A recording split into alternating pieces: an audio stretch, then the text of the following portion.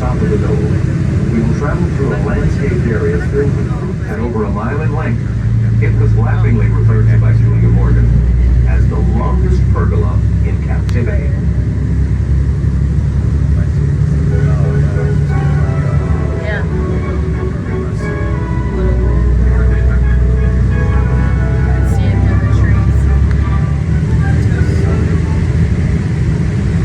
As we near the hilltop, the walking tour is about to begin.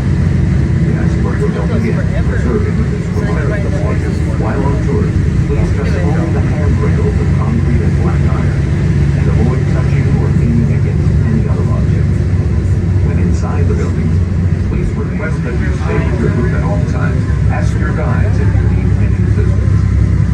And now we invite you to imagine what it would have been like to visit this glamorous estate in 1544, 1555. They do show us the story of Scipio Africanus, the Roman general who handled the Second Punic Wars.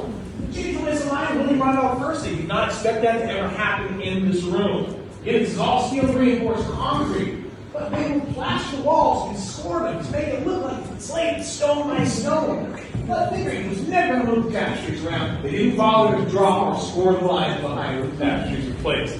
Now, the room was really built around the tapestries, and this fireplace to my left, a 16th century French mantle that was originally housed in the Château de Jules, the Burgundy region of France. The upper mantle, you can see there's two more wild men there. And then on either side, there are these two busted-like figures. These are called caryatids.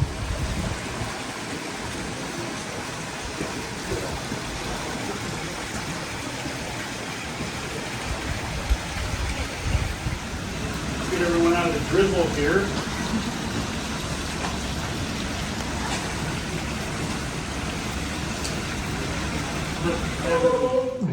Here she's getting on the left. Anybody recognize the gentleman strumming the upside down racket? Charlie Chaplin. Exactly, old Charlie Chaplin. Sometimes he's hard to pick out without his little funny mustache and bowler hat. He did say though that Miss Davies was one of the funniest people he ever met. That's him again on the left. Actor Adolph Mongeau on the right, uncertain look at the center. They're all kind of hamming up to the camera. On the left here is Paul Locke. He's a publisher.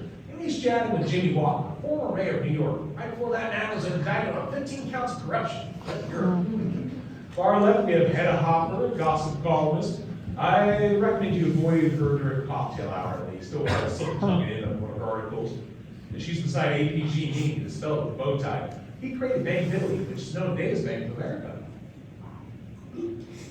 John Gilson played the Count of Monte Cristo in a silent film. And on the right is Dolores Del Rio, a Mexican film star who broke down many barriers in industry during her day.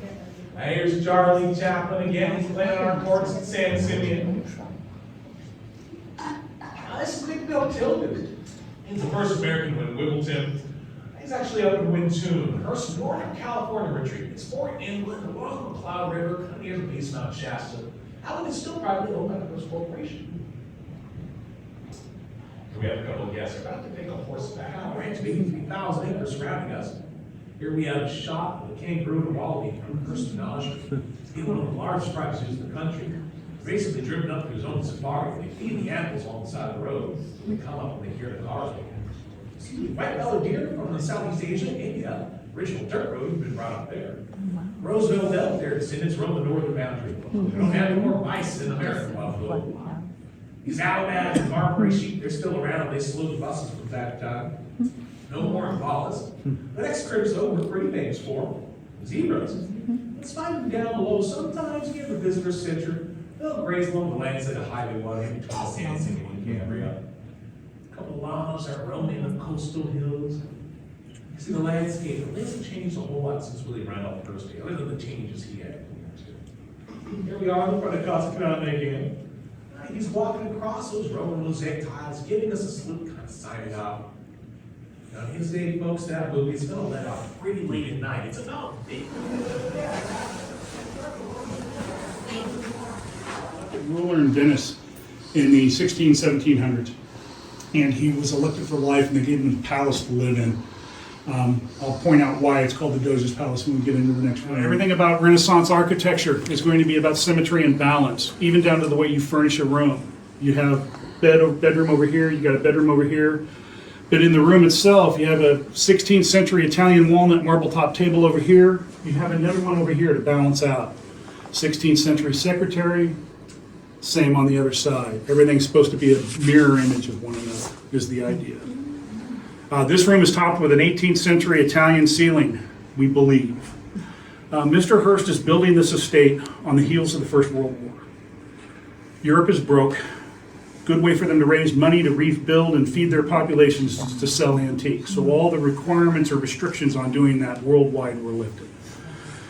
They're selling these things to auction houses, and wealthy Americans are well positioned to buy them because of the Gilded Age and coming out of the Industrial Revolution. The concentration of wealth in the United States was extremely high. Symmetry and balance. We have a tray ceiling in the next bedroom we're going to be in, and it was easier to convert this one to a tray than that one to a flat. So that's what they did. And the frieze around the perimeter is from an entirely different ceiling, so they're mixing and matching to create an effect. The room also houses the oldest and newest paintings in the collection. They're both in that corner. The one on the south wall, the Madonna and Child, 14th century Italian. It's from the Docia studio. Very rare and very valuable. The reason why this one is here is because this one's above the fireplace in cloisters 1. It's also above the fireplace that is in the Doge's suite, the first room that we were in, the sitting room. There's a fireplace on the back side of that. 12th century Flemish. So this fireplace is about 900 years old.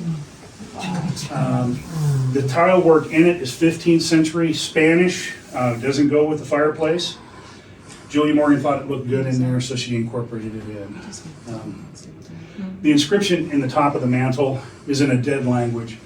I've seen 2 different translations of it. We're supposed to be accurate when we tell you something, and the 2 translations aren't even close to each other.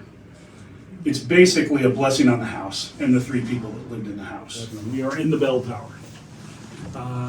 Good friend of Mary Davies, head of Hopper, gossip columnist for the Los Angeles Times, like staying in here. She said it was like sleeping in a jewelry box. Now, what I didn't mention down below was on the 3rd floor, I mentioned the access was extremely restricted. You have to come through the 3rd floor to get up here. So these would be inner circle friends of Mr. Hearst and Marion Davies. These would not be just your random guests. Head of Hopper, as I mentioned, like sleeping in here. Silent film star Colleen Moore. If you're not familiar. Mother's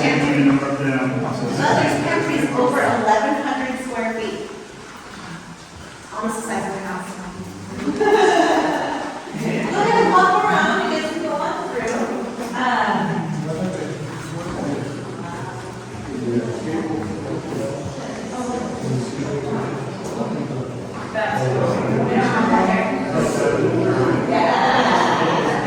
And the reason why there's a ball over there, that's the winter table.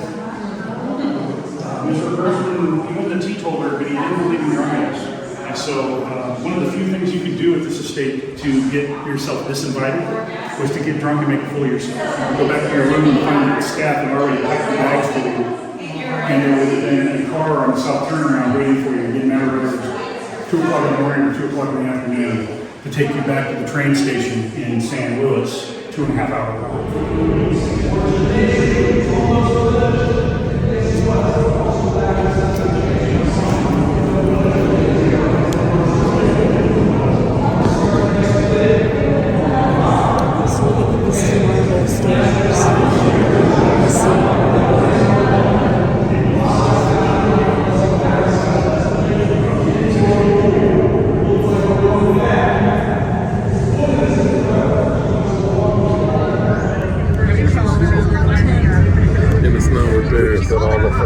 Videos on the computer, and then I'll sort them by date, and then we'll put them in the order we took them.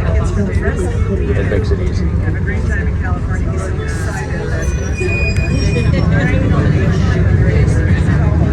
Connie doesn't get seasick on the bus down the mountain. Pretty lovely.